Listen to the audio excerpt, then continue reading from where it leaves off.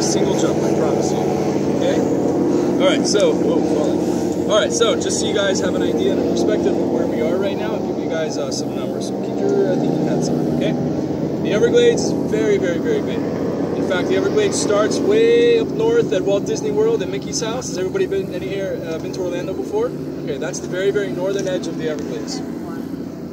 All the woods and everything around the Walt Disney World is the Everglades.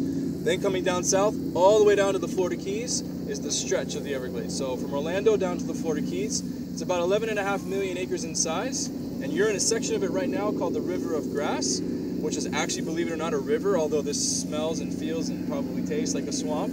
It's not, it's actually a river. And the river itself is 100 miles long and 60 to 70 miles wide. It's 3.8 million acres in size. And it takes about a year for the water to go from the very northern end of the river to the very southern end of the river, which is in the Florida Keys. Within this River of Grass is Everglades National Park. And Everglades National Park is 1.5 million acres in size. And it's the 10th largest national park in the country, but it's still a very, very small fraction of the actual Everglades itself. So you guys have a perspective as to where you are. This area, as this water flows south, it merges with the salt water in the Florida Keys. And it's the only place in the entire world where you have saltwater crocodiles and freshwater alligators that live together and coexist. They don't really get along too well. They're not friends or anything, but they live together and they fight every once in a while. The thing is, though, is saltwater crocodiles, they love humans, okay? We are snacks to them and we're lunch to them, okay? Because our bodies are full of salt. Now, freshwater alligators, on the other hand, they only live in freshwater and salt is not a part of their diet. So they typically just don't like humans. Unfortunately, they don't know that they don't like us until they take a bite. Then they realize that we're not so good. Spit them back out.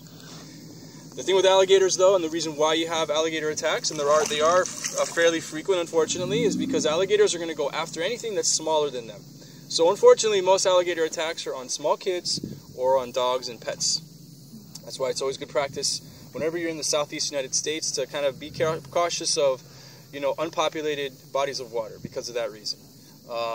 And then you'll be very hard-pressed to find a story in which, though, an alligator actually attacks somebody and consumes the person or consumes the animal. The person, unfortunately, just drowns, usually. Crocodiles is a whole other story. In fact, crocodiles are pretty much what dominates the earth, so to speak. So anywhere else that you see something that looks like a crocodile besides the United States is a crocodile. Alligators only exist in the United States.